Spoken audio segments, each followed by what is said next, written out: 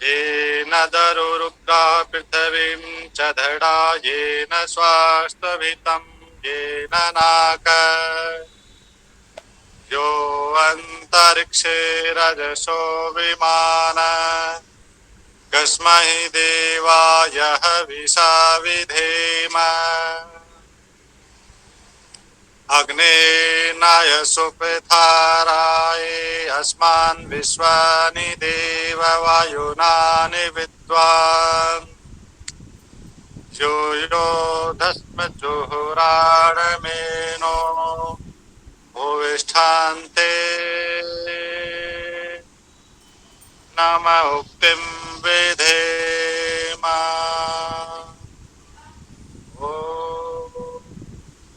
शांति शांति शांति।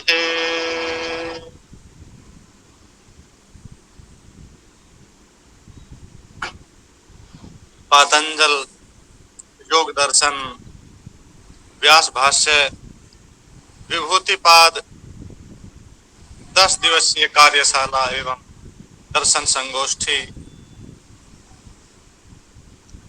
में आप सभी का स्वागत है। यह कार्यशाला श्री लाल बहादुर शास्त्री राष्ट्रीय संस्कृत विश्वविद्यालय नई दिल्ली एवं श्रीनाथ संस्कृत महाविद्यालय हाटा कुशीनगर उत्तर प्रदेश तथा चंद्रधारी मिथिला महाविद्यालय दरभंगा बिहार इन विश्वविद्यालयों के संयुक्त तत्वावधान में आयोजित की जा रही है। इस कार्यशाला में जो सानिध्य है वो श्री लाल बहादुर शास्त्री राष्ट्रीय संस्कृत विद्यापीठ के यशस्वी कुलपति प्रोफेसर मुरली मनोहर पाठक एवं जो अध्यक्षता है वो डॉक्टर अनिल कुमार मंडल जी, प्राचार्य चंद्रधारी मिथिला महाविद्यालय दरभंगा बिहार।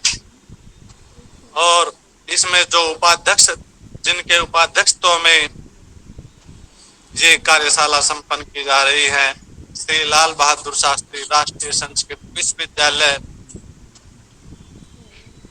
दर्शन पीठाध्यक्ष प्रोफेसर केदार प्रसाद प्रोहा एवं मंत्रित्व है श्री गंगेश्वर पांडे जी, मंत्री श्रीनाथ संस्कृत महाविद्यालय। और निर्देशन है हमारे पूजनीय गुरुजी सांख्य योग विभागाध्यक्ष श्री लाल बहादुर शास्त्री राष्ट्रीय केंद्रीय विश्वविद्यालय सांख्य योग विभागाध्यक्ष प्रोफेसर मार्कंडेयनाथ तिवारी। जैसा कि आप सभी जानते हैं कि किसी भी कार्य का निर्देशन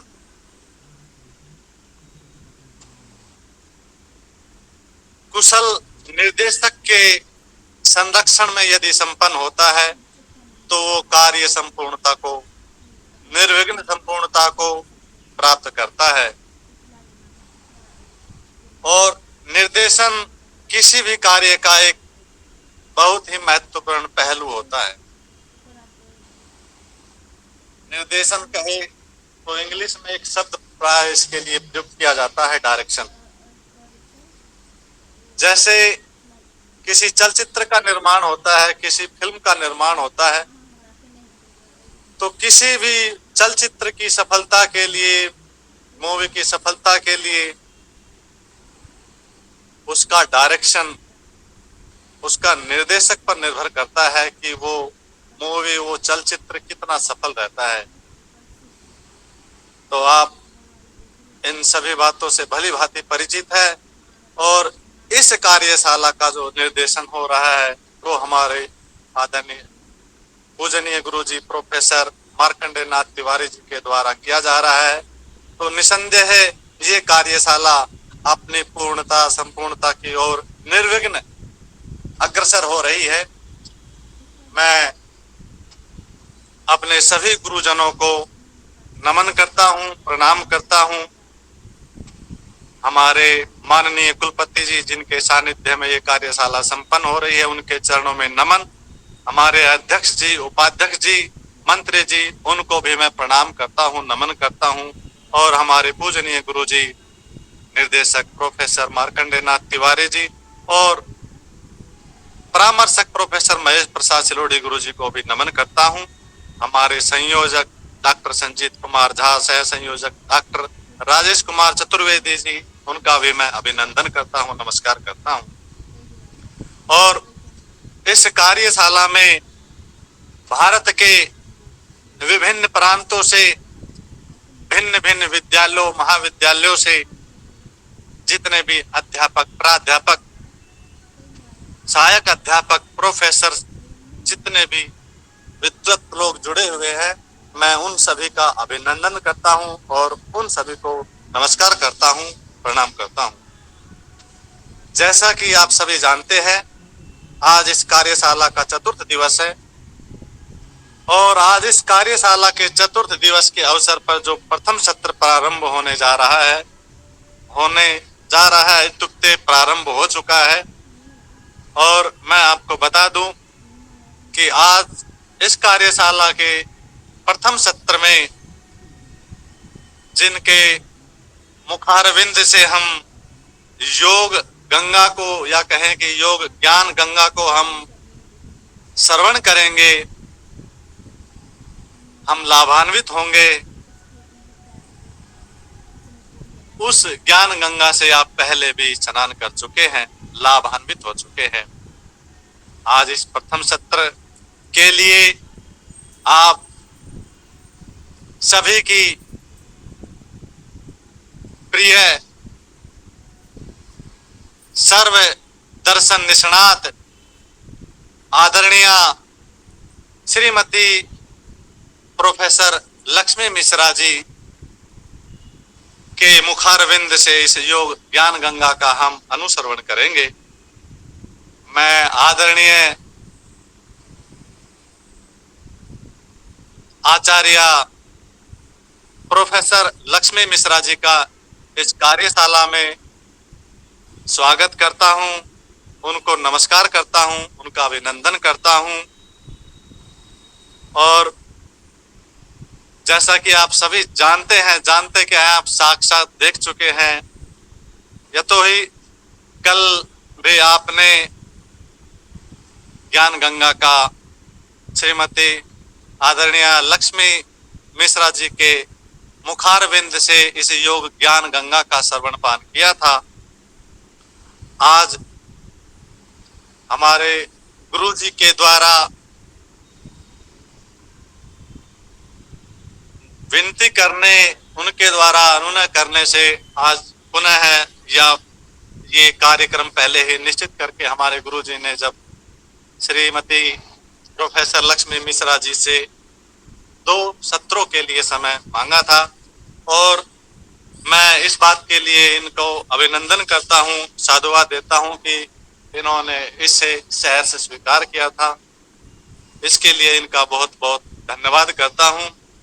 तो आइए आज हम आगे की जो ज्ञान गंगा बहेगी, जो योग की गंगा बहेगी, उसके लिए मैं आमंत्रित करता हूं पूजनीय आचार्य श्रीमती प्रोफेसर लक्ष्मी मिश्रा जी का, कि कृपया वो हम सभी का मार्ग प्रशस्त करे और अपने मुखारविंद से योग ज्ञान गंगा का श्रवण पान कराकर हम सभी को अनुग्रहित करे, लाभान्वित करे। आदरणीय प्रोफेसर लक्ष्मी मिश्रा जी।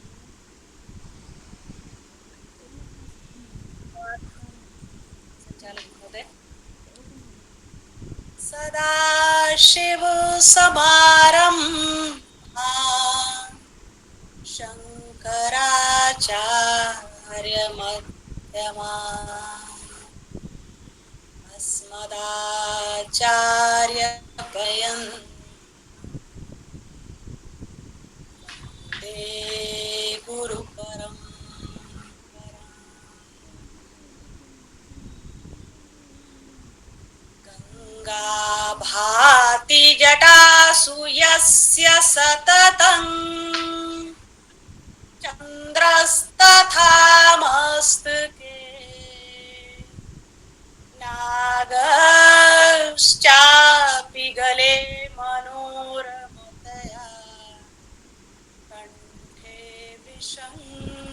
राजते नन्दीयस्य च वाहनं शुभकरम् शूलं दुरात्मान्तकृत् भक्तिर्यस्य च धामदासुमला काशीपतिं तन्नुमः काशीपतिं तन्नुमः अवन्तीपतिं तन्नुमः।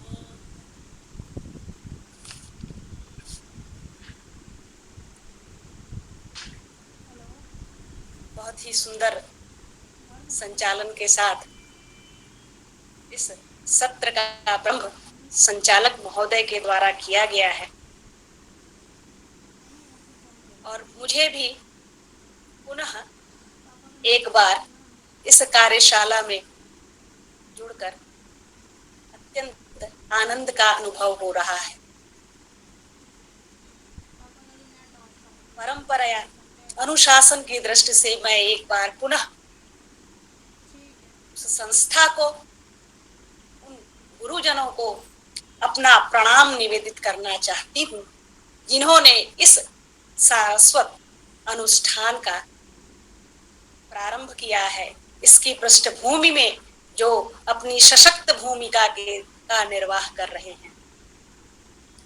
जैसा कि सभी जानते हैं, श्री लाल बहादुर शास्त्री राष्ट्रीय संस्कृत विश्वविद्यालय नई दिल्ली, श्रीनाथ संस्कृत महाविद्यालय हाटा कुशीनगर एवं चंद्रधारी मिथिला महाविद्यालय दरभंगा विश्वविद्यालय के संयुक्त तत्वावधान में आयोजित पातंजलि योग दर्शन व्यास भाष्य विभूतिपाद की 10 दिवसीय कार्यशाला में भौतिक रूप से एवं आभासी पटल पर जुड़े हुए सभी सम्मानित आचार्यगण, शिक्षक वृंद एवं सम्मानित प्रतिभागियों, छात्र छात्राओं का प्रति मैं अपना सम्मान प्रदर्शित करती हूँ, अपनी प्रणामांजलि निवेदित करती हूँ।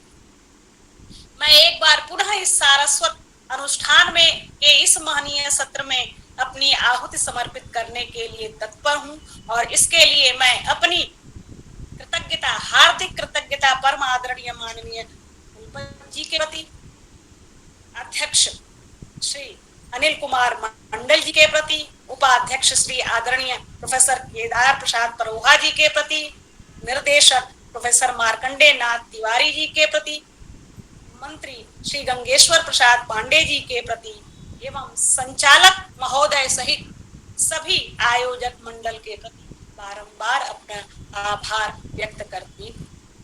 मैं यहाँ इस सत्र को, इस कार्यशाला को ये बताना चाहूंगी कि यह मेरे लिए परम सौभाग्य का विषय है कि निर्देशक महोदय ने मुझ पर विश्वास किया। उनकी केवल उनके आशीर्वाद और कृपा की आकांक्षी हूँ, उनको निवेदन करने की नहीं, बल्कि उनके निर्देश पर, उनके आशीर्वाद से, उनके वरदहस्त से मैं यहाँ पर सम्मिलित होने का साहस कर पाई हूँ। यदि मैं कुछ कर पा रही हूँ या मेरे कुछ कहे हुए वचनों से किसी को लाभ हो रहा है तो यह भी मेरे गुरुजनों का ही आशीर्वाद है। मैं उन सब के प्रति बारंबार अपनी कृतज्ञता ज्ञापित करती हूँ, अपना प्रणाम निवेदित करती हूँ। आज इस चौथे दिन में जो कल हम लोगों ने अपनी बात समाप्त की है, उसी पृष्ठभूमि में, इसी भावभूमि में हमको अब अभी अतिरिक्त नहीं करना है, क्योंकि वह जो हम लोगों ने कल विस्तार से पढ़ा है उसी को अब हम आगे प्रारंभ करेंगे। और सभी प्रतिभागियों से निवेदन है कि वो 14वां सूत्र विभूतिपाद का वो निकाल लें। सूत्र है शांतोदिता व्यपदेशस्य धर्मानुपाति धर्मी। शांतोदिता व्यपदेशस्य धर्मानुपाति। शांतो अतीत, वर्तमान और आने वाले धर्मों में जो अनुगत रहता है, धर्मानुपाति, जो आधार रूप में विद्यमान रहता है वह धर्मी है। यह सूत्र का सामान्य अर्थ, गूढ़ अर्थ कहें कि यह हम लोगों को सूत्र से भगवान पतंजल के द्वारा प्राप्त हुआ है। हम इस सूत्र के व्यास भाष्य से की व्याख्या और इस भाष्य को समझने का प्रयास हम फिर से करते हैं कि क्या कहना, क्या इस सूत्र की जो खोल, इसके जो रहस्य को हम लोगों के सामने भाष्य के माध्यम से रख रहे हैं उसे हम जानने का प्रयास करेंगे। योग्यतावच्छिन्ना धर्मिणः शक्तिरेव धर्मः। क्योंकि हम जो कल पढ़ चुके हैं, जो हमारे संस्कार में जिन बातों का है उनसे संबंधित है, इसलिए आज की गति हम थोड़ा तीव्र रखेंगे। सच फल प्रसव भेदानुमित सद्भाव एकस्यान्योन्यस्यान्यश्च परिदृष्टः। धर्मिणः योग्यतावच्छिन्नाः, धर्मी की योग्यता से निर्धारित शक्तिरेव धर्मः, शक्ति ही धर्म है। सच फल प्रसव भेदानुमित सद्भाव, वह जो है वह कैसे उत्पन्न होता है, तो और वह कार्यों की भेद के, उत्पत्ति के भेद से अनुमित होता है। एकस्य, एकस्य यानी एक धर्मी का अन्यः अन्यश्च परिदृष्टः, एक धर्मी के भिन्न भिन्न धर्म देखे गए हैं।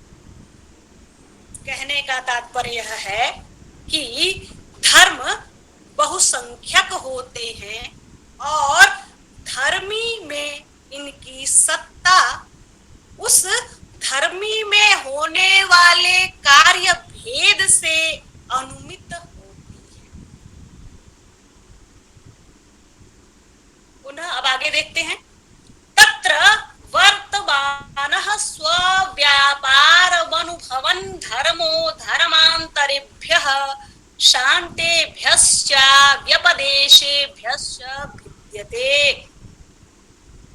अब जो धर्म और धर्मी को बताया उन्होंने, अब उसका पारस्परिक, उसके संबंध का वर्णन करते हुए कहते हैं कि तत्र वर्तमानः, उस धर्मों में से, वह जो शक्ति रूप में जो धर्मी के धर्म है उन धर्मों में से वर्तमानः धर्मः, वर्तमान या उदित नामक जो धर्म है वह कैसे पता चलता है, तो वह पता चलता है स्वव्यापारामनुभवन्, अपने व्यापार वर्तमान काल में करता हुआ धर्मांतरेभ्यः, अन्य धर्मों से, यानी जो शेष जो वर्तमान के अतिरिक्त हैं, अतीत और अनागत, उन धर्मों से भिन्न होता है। वह जो धर्मी है शक्ति रूपी धर्मों में वर्तमान का जो धर्म है वह जब अपने वर्तमान अपने व्यापार काल में होता है तो वह शेष धर्मों से भिन्न होता है। कल इस बारे में हम लोगों ने बहुत विस्तार से समझा है, आपको उसी संस्कार को यहाँ पर भी लेना है। शान्तेभ्यश्च व्यपदेशश्च विद्यते। यदा तु सामान्येन समन्वागतो भवति तदा धर्मी स्वरूप मात्रत्वात् कोऽसौ केन भिद्येत। किंतु जब यदा वह वर्तमान धर्म सामान्य समन्वागतः भवति, जब अपने सामान्य रूप में अनभिव्यक्त रूप में होता है, तदा धर्मी स्वरूप मात्रत्वात् कोऽसौ केन भिद्यते, तब वह कहाँ किस रूप में भिन्न होता है, वह तब शेष जो अनागत और अतीत धर्म है उनसे किसी रूप में भी भिन्न नहीं होता है। यही इसका आशय है।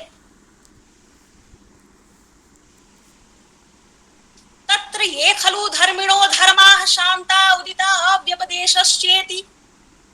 अब ये जो तीनों धर्म है इनके अलग अलग स्वरूप का वर्णन कर रहे हैं कि तत्र तया खलु धर्मिणो धर्माः, यह जो धर्मी है वो तीन प्रकार के धर्म होते हैं, शांताः, उदिताः और अव्यपदेशश्चेति। शांत, उदित और अव्यपदेशस्य अर्थात जिसको हम बार बार अनागत कह रहे थे कल, आज उसके लिए एक नए शब्द का प्रयोग हुआ है, अव्यपदेश्य। तत्र तीनों से, तत्र शांता ये कृत्वा व्यापारानुपरताः। अब तत्र उन तीनों में ये व्यापारान कृत्वा उपरताः, जो व्यापार के द्वारा करके, जो अपने व्यापार को करके उपरत हो गया है, निवृत्त हो गया है, वह उनमें से शांत है। और दूसरा सव्यापारा उदिताः, और जो व्यापार के में जो वर्तमान है, चल रहा है, यानी जो व्यापारों के साथ रहते हुए है, कर रहा है, उसका नाम है, उसकी संज्ञा है उदिताः, उदित है। ते च अनागतस्य लक्षणस्य समनन्तराः, और ये जो वर्तमान है, जो उदित जिसको शब्द से कहा गया, यह अनागतस्य लक्षणस्य, अनागत लक्षण वाले धर्म के समनन्तराः, समनन्तराः अर्थात एकदम सटे हुए, अव्यवहित रूप से पीछे आगे पीछे आने वाले को यहाँ समनंतर शब्द से कहा गया है कि यह ठीक अनागत के पीछे आता है, इसलिए ये समनंतर है। यह जो वर्तमान है ये अनागत का समनंतर है।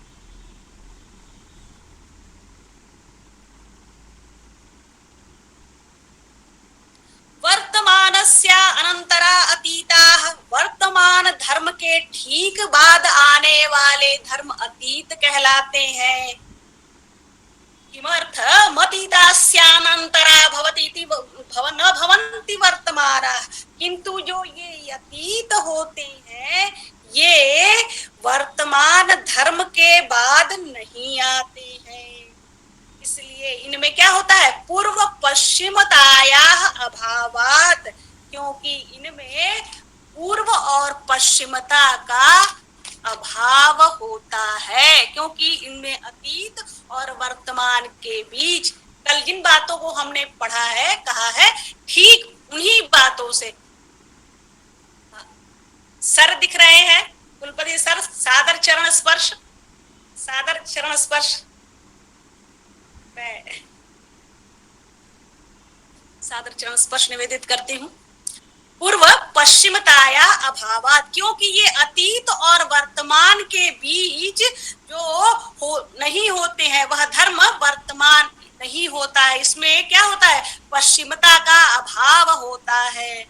फिर क्या कह रहे हैं कि यथा नागत वर्तमानयोः पूर्व पश्चिमता नैव मतीतस्य, अनागत और वर्तमान के बीच जैसा पूर्वाभाव और पश्चात भाव होता है, एवं अतीतस्य न, ऐसा अतीत के साथ नहीं होता है। जैसा अनागत होता है जब उसके ठीक पश्चात वर्तमान होता है, उससे सटा होता है, उससे अव्यवहित होता है, इसलिए उसको समनंतर कहा। लेकिन अतीत के बाद वर्तमान, अतीत के बाद वर्तमान नहीं आता है, एवं उस प्रकार का अतीत के साथ पश्चात भाव नहीं है। अतीत धर्म के ठीक बाद वर्तमान आदि कोई भी भाव न आने के कारण इसके इस पश्चात भावी अतीत का कोई भी पश्चात भावी धर्म नहीं होता है। तद इसलिए अनागत एव, इसलिए जो अनागत है वही समनंतरो भवति, वही समानांतर होता है। तस्मानातीतस्यास्ति समनंतर तदनागत एव समनंतर समनंतरो भवति वर्तमानस्येति। यह कहना चाहते हैं कि इसीलिए केवल अनागत या अब व्यपदेशस्य धर्म ही वर्तमानस्य समनंतरो भवति, वर्तमान धर्म का अव्यवहित पूर्व भावी होता है। अब आगे समझा रहे हैं, अथा व्यपदेशस्याह के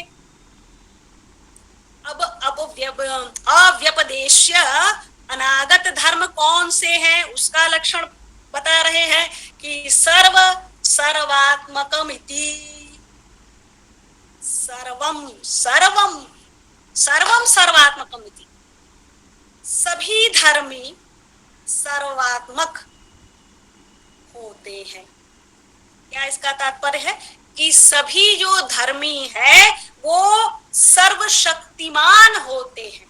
सर्वशक्तिमान होने का क्या तात्पर्य है कि सभी धर्मी जो है वह सभी विकारों के उत्पादन में यानी कार्योत्पादन में समर्थ होते हैं। जितने भी धर्मी होते हैं, कल हम लोग सारी इन बातों पर बहुत विस्तार से चर्चा कर चुके हैं कि जो धर्मी होते हैं वो सभी विषयों को, सभी कार्यों को उत्पन्न करने में समर्थ होते हैं। इसीलिए उनको कहा सर्वतम सर्वम सर्वात्मकमिति।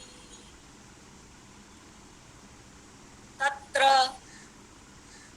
यत्र इस विषय में यथोक्त उक्तम कहा है, ऐसा आचार्यों ने कहा है। क्या कहा है कि यथोक्तम जल भूम्यो पारिणामिकम रसादि वैश्वरूप्यम स्थावरेषु दृष्टम। जैसा इसीलिए आचार्यों ने कहा है कि जल भूम्यो, जल और भूमि का पारिणामिकम, पारिणामिक परिणाम या विकार, रसादि वैश्वरूप्यम, रस और गंधादि नामक अनेक रूपत्व स्थावरेषु दृष्टम, निर्जीव पदार्थों में, स्थावरों में देखा जाता है। और उसी प्रकार से तथा स्थावराणां जंगमेषु जंगमानां स्थावरेषु एवं जात्यानुच्छेदेन सर्वं सर्वात्मकम। और जैसा कि स्थावर में देखा जाता है वैसा ही स्थावराणाम अचल पदार्थों का, स्थावर पदार्थों का परिणाम या विकार जंगमेषु सजीव पदार्थों में देखा जाता है। तो जंगमानाम स्थावरेषु, जंगम पदार्थों या स्थावरों में जो परिणाम देखा जाता है, एवं इस प्रकार से जातेरनुच्छेदेना, धर्मी सामान्य के, जो सामान्य रूप से सभी धर्मों के सर्वत्र विद्यमान होने के कारण सर्वम सर्वात्मकम, सभी पदार्थ सर्वशक्ति संपन्न होते हैं।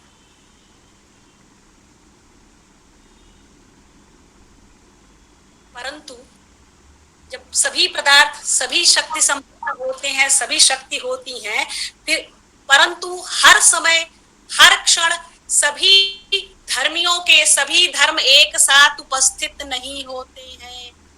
ऐसा क्यों होता है? सब में एक साथ सभी उसके सभी शक्तियों की अभिव्यक्ति क्यों नहीं होती है? इस बात को अब आगे स्पष्ट कर रहे हैं कि देश कालाकार निमित्ताप संबंधान खलु समान कालमात्मन नाम भी व्यक्तिरिति। देश कालाकार निमित्ता संबंधात समान कालम, देश काल आकार और सहकारी कारणों का संबंध न होने से समान कालम, एक ही काल में न खलु अभिव्यक्ति ही, क्या होता है? वह उनकी अभिव्यक्ति नहीं होती है। सर्वशक्तिमान होते हुए भी जो निमित्त कारण क्या बनते हैं? देश काल आकार और जो तत्काल सहकारी कारण होते हैं, उनके कारण, उनके हेतु बनने के कारण सभी समयों में एक काल में सभी की अभिव्यक्ति नहीं होती है। यह एतेषु अभिव्यक्तान अभिव्यक्तेषु धर्मेषु मनुपाति सामान्य विशेषात्मा सोन्वयी धर्मी। तो यह एतेषु एतेषु अभिव्यक्तान अभिव्यक्तेषु धर्मेषु, यह जो पदार्थ एतेषु इनमें, इन धर्मों में, इन अभिव्यक्त वर्तमान, इन वर्तमान अनभिव्यक्त तथा अतीत और अनभिव्यक्त, जो अभिव्यक्त होते हैं वो वर्तमान है और जो अनभिव्यक्त की स्थिति में अतीत और अनागत दोनों रहते हैं। तो इसलिए अभिव्यक्त और अनभिव्यक्त सभी धर्मों में अनुपाति, अनुगत, सामान्य, विशेषात्मा और विशेष रूप वाला सह अन्वयी, जो अन्वयी है वही धर्मी है।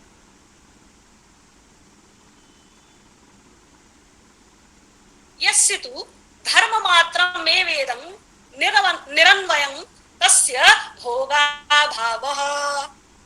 परंतु जो लोग, यह पूर्व पक्षी का नहीं, दूसरे मतांतर बौद्धों पर आक्षेप है या उनके मत की आलोचना है कि जो लोग धर्मी के अस्तित्व को स्वीकार नहीं करते हैं, उनके यहाँ क्या समस्या हो जाती है। तो उनके यहाँ यह कह रहे हैं कि जो लोग यस्य तु, परंतु जिसमें, इदम यह धर्मी, इदम यहाँ धर्मी के लिए कि इदम यह धर्मी धर्म मात्रम, केवल धर्म रूप में निरन्वयम, निर्गत या किसी भी धर्म के रूप में से संबद्ध होता है या कहा गया है, तस्य उस मत में भोगाभावः, भोग के अभाव का, कर्म फल के भोग के अभाव का दोष आता है।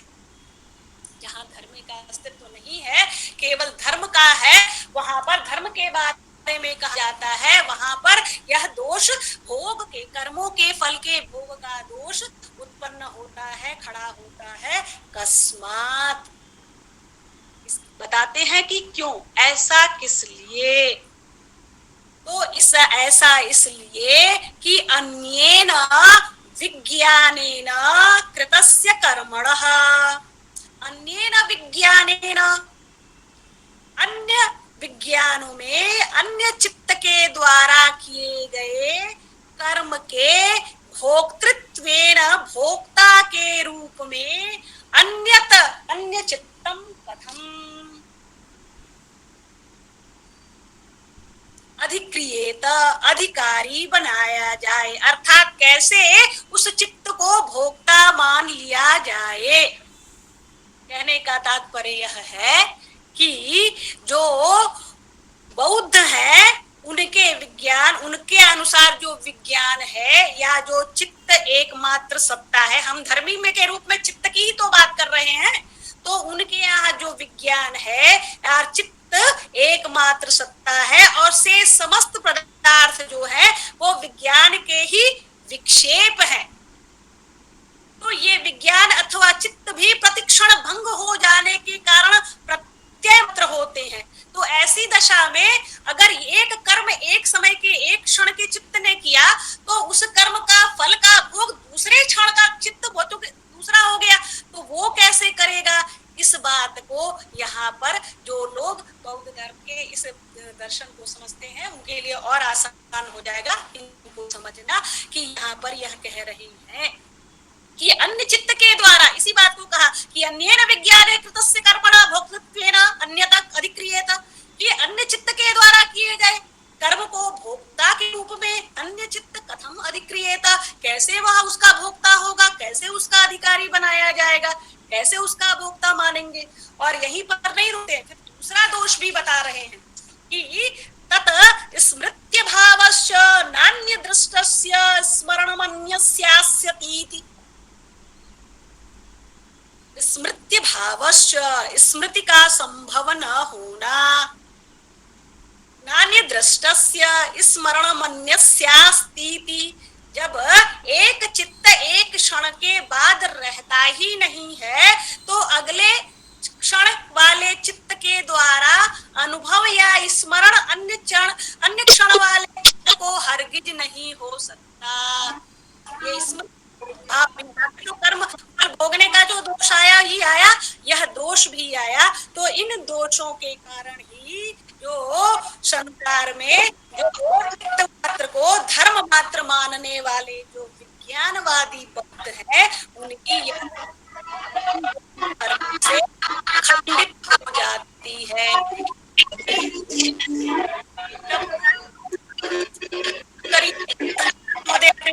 म्यूट करें।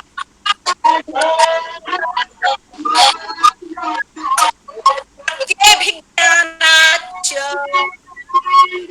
वही धर्मी त्वमभ्युपगता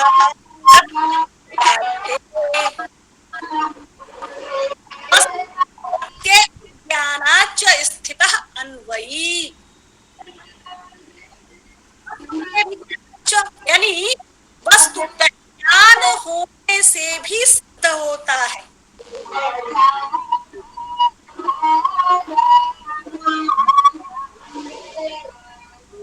आप अपना माइक म्यूट कीजिए।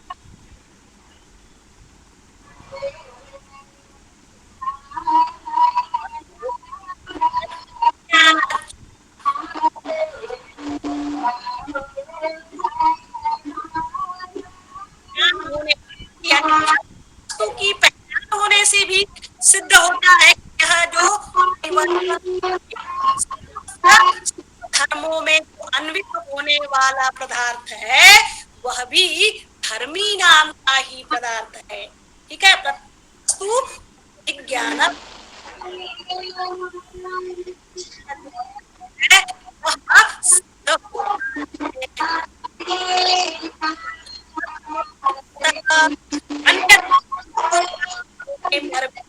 अर्थात अन्य धर्मों वाला होकर भी बंद करवाइए, जिसे हम समझ नहीं पा रहे हैं। वही प्रधान है।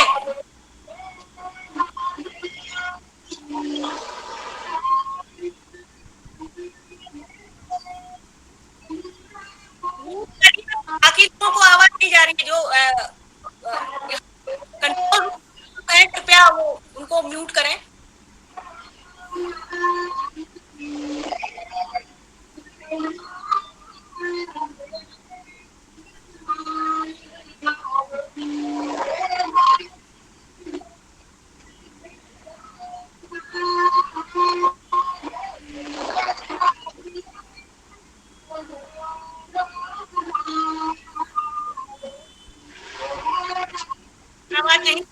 तस्मानेदं धर्म मात्रम निरन्वयमिति इदम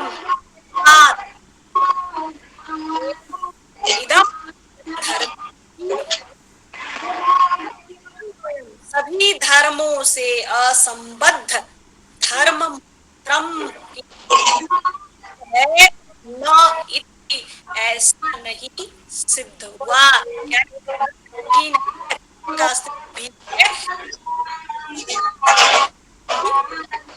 धर्मों को असंबद्ध धर्म मात्रम केवल धर्म रूप न इति नहीं है। यह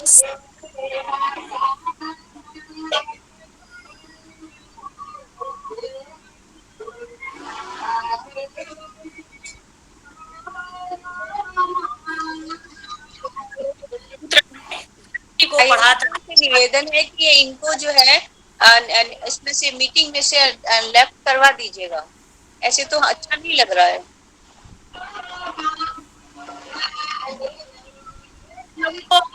भी रिकॉर्ड रूम में बैठे हैं, कृपया उनके पास शक्ति होगी कि वो उसको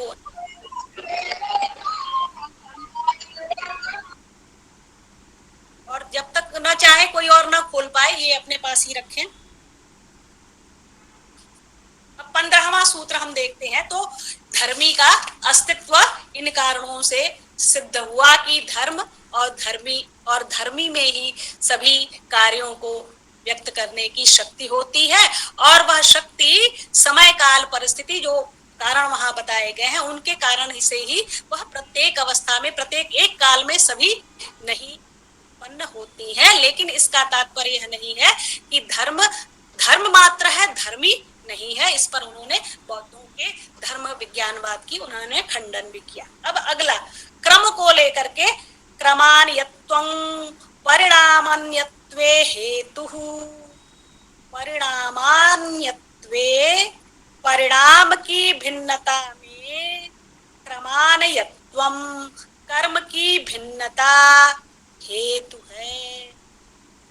यह सूत्र है।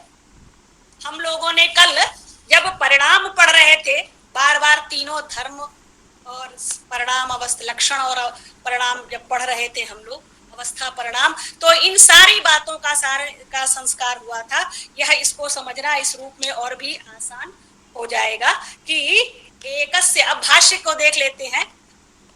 क्या कहते हैं कि परिणाम की भिन्नता में क्रम की भिन्नता कारण है। यह सूत्र का सामान्य अर्थ है। अब इसका भाष्य हम लोग व्यास भाष्य देखते हैं कि एकस्य धर्मिणा एक एव परिणाम इति प्रसक्ते कर्मानयत्वं परिणामान्यत्वे हेतुर्भवतीति। कल अगर अवस्था परिणाम का आपको ध्यान हो तो वो आपको देखे होंगे कि वहां के दोष जो उत्पन्न किया था, जो पूर्व पक्षी ने जिन दोषों की बात की थी, उस बात के और स्पष्ट इस सूत्र के माध्यम से कर रहे हैं, स्पष्ट कर दिया कि एकस्य धर्मिणः एक एव परिणामः इति प्रसक्ते। एक धर्मी का एक ही परिणाम होगा।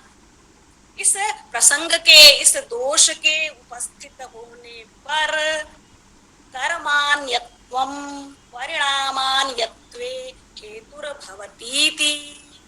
परवर्ती धर्मों की क्रमान्यत्वं, जो अनेक रूपता है, यानी परवर्ती धर्मों की अनेक रूपता ही परिणामान्यत्वे धर्मी के परिणाम बहुत्व में हेतुर्भवती, ज्ञापक अर्थात सिद्ध करने वाला होता है। अब इस सिद्धांत को आगे उदाहरण से स्पष्ट कर रहे हैं। तद्यथा चूर्ण मृत पिंड मृद घट मृत कपाल मृत कण मृदिति च क्रमः। तद्यथा जैसे चूर्ण मृत पीसी हुई मिट्टी, मिट्टी की का चूरा यानी पीसी हुई मिट्टी, पिंड मृत सनी हुई ढेले के आकार की मिट्टी, जो पिंड बनाया गया उसको जो सान करके उसका जो पिंड बनाया गया है वह पिंड, घट मृत मृद घटाकार मिट्टी, कपाल मृत घट के टूटने से तो छोटे छोटे टुकड़ों कपड़ों के आकार की जो मिट्टी है, अथवा जब वो कपड़े भी टूट करके फिर से चूरा हो गए तो कणमृत, कपड़ों के टूटने से कणों के रूप में मिट्टी। इति च क्रमः। यह मृतिका नामक जो धर्मी है उसके विकसित होने का क्रम है। अब एक पूरी मृत का जो चूर्ण मृत से वापस जो है वापस कहाँ तक पहुंची, कण मृत तक पहुंचने का जो विकास क्रम है, उस उन्होंने एक धर्मी के जो धर्म है उसके विकास के क्रम को उन्होंने समझा दिया। यो यस्य धर्मस्य समनंतरो धर्मः स तस्य क्रमः। यो यस्य धर्मस्य समनंतरो धर्मः सः तस्य क्रमः। जो जिस धर्म का अव्यवहित परवर्ती धर्म होता है वह उस परवर्ती जो है वह परवर्ती धर्म उस धर्मी उस पूर्ववर्ती धर्म का क्रम होता है। अभी हम लोगों ने देखा पीसी हुई मिट्टी, फिर उसका गीली मिट्टी का पिंड, फिर उसके बाद से घड़ा, घड़े के बाद से घड़े का टुकड़ा, फिर टुकड़े के टुकड़े, फिर उसके बाद से चूरा। यह तो जो जस के पास, अब ऐसे नहीं कि पीसी हुई मिट्टी के बाद सीधे घड़ा खड़ा हो जाएगा, उसके बाद हमको सानना है, उसका पिंड बनाना ही पड़ेगा। तो निरंतर पूर्ववर्ती जो प्रक्रिया है, जो धर्म है, उसके बाद वाला जो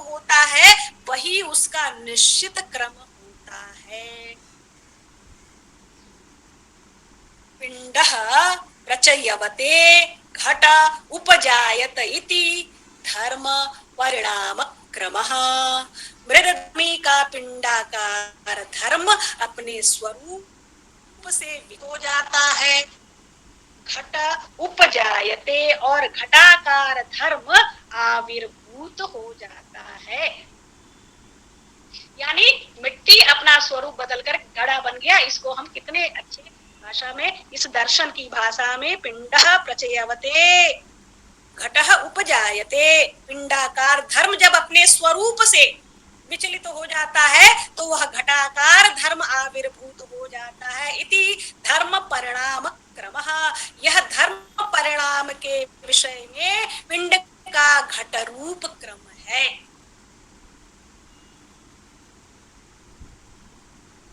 इसका लक्षण परिणाम, लक्षण परिणाम, कल हम लोगों ने 3 परिणामों की चर्चा की थी ना, तो अब लक्षण परिणाम क्रम भी देखते हैं कि लक्षण परिणाम क्रमो घटस्यानागत भावाद वर्तमान भाव क्रमः।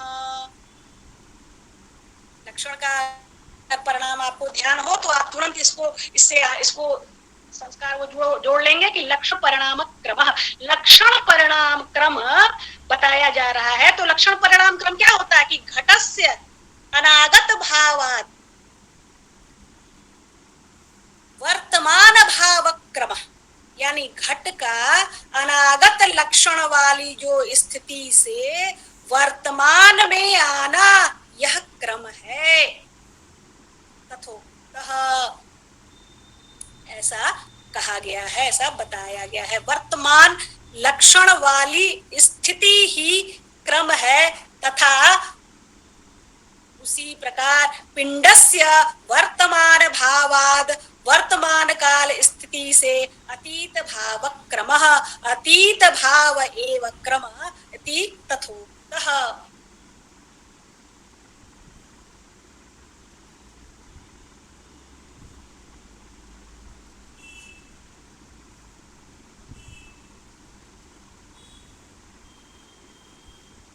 तथा अब पिंड का जो घट रूपी लक्षण है वह अवस्था वर्तमान अनागत से वर्तमान वाले भाव का तो क्रम बताया, तथा पिंड से वर्तमान भावाद अतीत भाव क्रम नातीतस्यास्ति क्रमः, परंतु जो अतीत होता है वह उसका क्रम नहीं होता। अतीत भाव क्रमः अतीतस्य क्रमः नास्ति, अतीत लक्षण वाली स्थिति का क्रम नहीं हुआ करता है, वह उसका क्रम नहीं है। कस्मात, जैसे अनागत के बाद वर्तमान की स्थिति का तो भाव क्रम है, परंतु वर्तमान के बाद अतीत के बाद वर्तमान का कोई क्रम नहीं है। कस्मात, क्यों, तो इसको स्पष्ट कर रहे हैं। जो भाव रह गया है, पूर्व परतायांग सत्यांग समनंतरत्वम, क्योंकि पूर्व परतायाम सत्याम समनंतरत्वम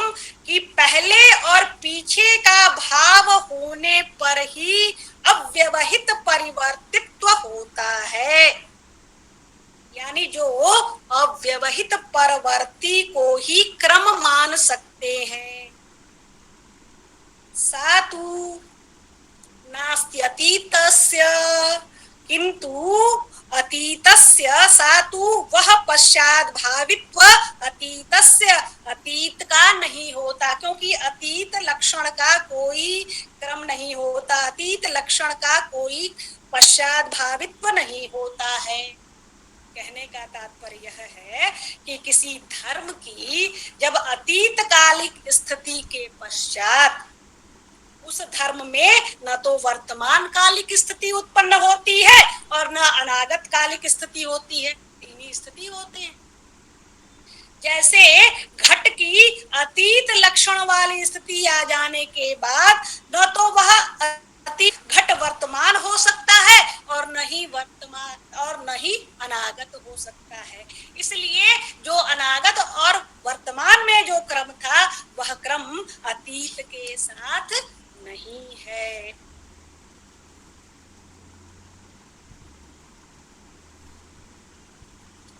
अब आगे द्वयोरेव लक्षणयो क्रमः, इसीलिए दो ही लक्षण क्रम बताया, अनागत और वर्तमान। इन्हीं दोनों लक्षणों को क्रमशः, लक्षणों के क्रमशः वर्तमान और अतीत लक्षण क्रम होते हैं। अनागत और वर्तमान, इन्हीं दोनों लक्षणों के क्रमशः वर्तमान और अतीत लक्षण क्रम होते हैं। द्वयोरेव लक्षणयोः क्रमः। तथा अब उसी प्रकार से अवस्था परिणामों के भी क्रम होते हैं। तथा अवस्था परिणाम क्रमोपि घटस्याभिनवस्य प्रान्ते पुराणता दृश्यते। अब आपने अवस्था अगर कल का ध्यान में हो तो आप उसे देखिए कि तथा उसी प्रकार से अवस्था परिणाम क्रमोपि, अवस्था परिणामों में भी क्रम होते हैं। कैसा क्रम वहां होता है? तो अभिनवस्य घटस्य, जो अभिनव नए बने हुए घट के प्रांते, किसी प्रांत में, किसी हिस्से विशेष में, किसी अंश में पुराणता, पुरानापन दृश्यते, दिखाई पड़ता है। पूरा घड़ा एक साथ नहीं गलता है, कहीं एक जगह, कहीं पहली बार वहां पुराना होता है, कमजोर होता है, या इस तरह का वहां पर छिद्र होना, यहाँ गलना, खराब होना शुरू होता है। उसी को उन्होंने कहा कि बने हुए घट के किसी एक अंश में पुरानापन दिखाई देता है। साच क्षण परंपरानुपातिना क्रमेणाभिव्यज्यमाना पराम व्यक्तिमापद्यत इति। और वह जो पुरानापन है, वह जो पुराणता है, जो पहले किसी एक हिस्से में दिखाई देना शुरू हुआ था, क्षण परंपरानुपातिना क्रमेण, क्षणों के प्रवाह से अनुवर्ती क्रम के द्वारा, यानी प्रत्येक क्षण में वो पुराना हो रहा है, प्रत्येक क्षण वह पुराना हो रहा है। अभिव्यज्यमाना, अभिव्यक्त होती हुई और अधिक स्पष्ट होती है। पराम व्यक्तम आपद्यते, और उत्कृष्ट रूप से अभिव्यक्ति को प्राप्त होती है। यह धर्म लक्षणाभ्याम च विशिष्टोऽयं तृतीयः परिणामः इति। यह क्या है? यह तीसरा परिणाम होता है, ऐसा सिद्ध हुआ। यानी जब जो अवस्था परिणाम में पहले एक प्रांत में दिखा, फिर वो धीरे धीरे बढ़ते बढ़ते वह पुरानापन इतना धीरे धीरे स्फुट हो गया, इतना अभिव्यक्त हो गया, और आगे चल करके वह उत्कृष्ट कोटि की अभिव्यक्ति को प्राप्त करता है। यानी पूरी तरह से वह घड़ा पुराना दिखने लगता है। तो वो पुराणता जो है वो उत्कृष्टता को प्राप्त कर लेती है। उसकी अभिव्यक्ति जितनी उत्कृष्ट होती है, उतनी अधिक उसकी अभिव्यक्ति होती है, उसका प्राकट्य होता है, उसका स्फुटित होती है वो। तो यह जो है वह लक्षण, धर्म लक्षणाभ्याम इति विशिष्टोऽयं, यह इसका तीसरा परिणाम है, यह सिद्ध हुआ। अब इन तीनों परिणामों के क्रम का अलग अलग जो वर्गीकरण या इनके रूप जो किए गए हैं, उनके आधार कथन किए जाने का, अलग अलग वर्गीकरण और इनके एक रूप में कथन किए जाने का। वस्तुतः पंक्ति में क्या कह रहे हैं, जब हम इस बात को समझ पाएंगे तो हम उस चीज पर बहुत और शीघ्रता से पहुंच पाएंगे। इसलिए अब ये जो तीनों परिणाम क्रमों के जो अलग अलग वर्गीकरण हैं, इनमें से एक रूप में कथन किए जाने का जो आधार है, उस आधार की चर्चा भाष्य में की जा रही है।